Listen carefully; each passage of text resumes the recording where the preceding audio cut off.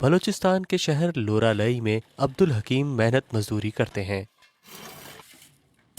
لیکن ان کا پیشہ دراصل باغبانی ہے۔ عبدالحکیم نے اپنے آبائی علاقے کلی پنگا میں روزگار کے محدود وسائل کے سبب لورالئی شہر میں رہنے کا فیصلہ کیا۔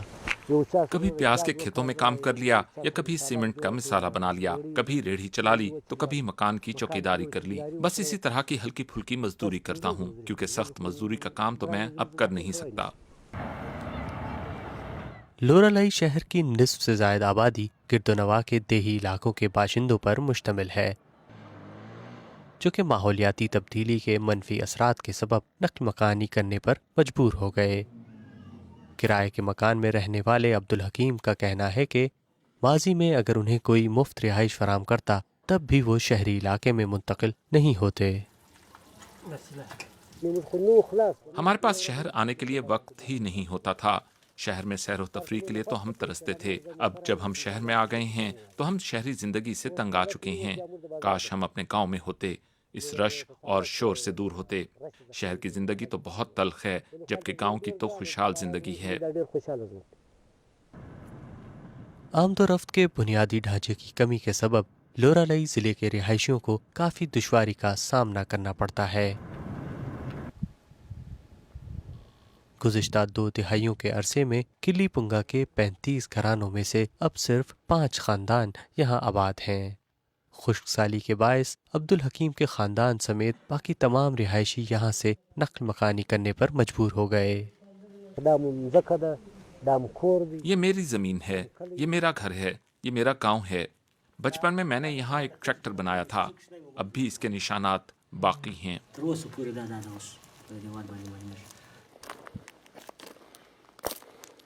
ماحولیاتی تبدیلی کی وجہ سے بارشوں کے سلسلے میں مسلسل تبدیلی نمودار ہو رہی ہے، لہٰذا زیر زمین پانی کی سطح برقرار رکھنے کے لیے اس علاقے میں بارشوں کا پانی ذخیرہ کرنے والے چھوٹے ڈیم تیار کیے گئے۔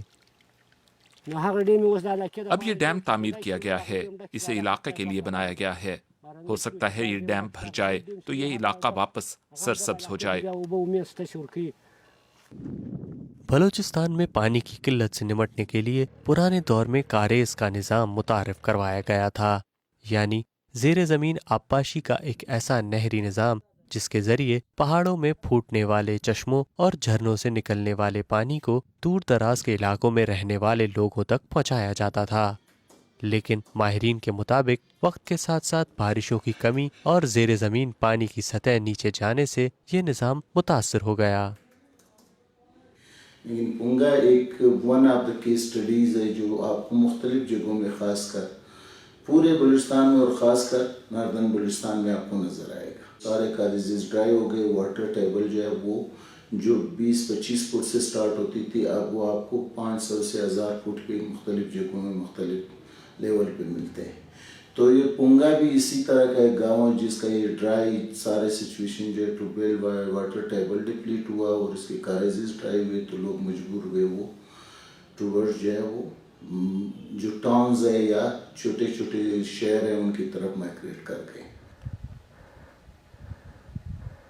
مقامی لوگ روایتی طور پر اپنے پیاروں کی تدفین اپنے آبائی گاؤں میں ہی کرتے ہیں تاکہ مرنے کے بعد بھی وہ اپنی مٹی اور خاندان کے ساتھ ہی رہیں۔